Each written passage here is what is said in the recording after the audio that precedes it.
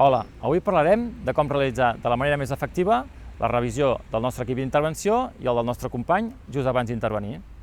Abans d'entrar amb el nostre company dins d'un espai amb una atmosfera tòxica, ens hem d'assegurar que estem correctament equipats, perquè simples detalls com no portar correctament la màscara cordada en el casc, o no portar el botxí, o no cortar-nos la solapa de la jaquetó, poden alterar el correcte desenvolupament de la intervenció. Fins i tot poden posar en perill la nostra integritat i el del nostre company.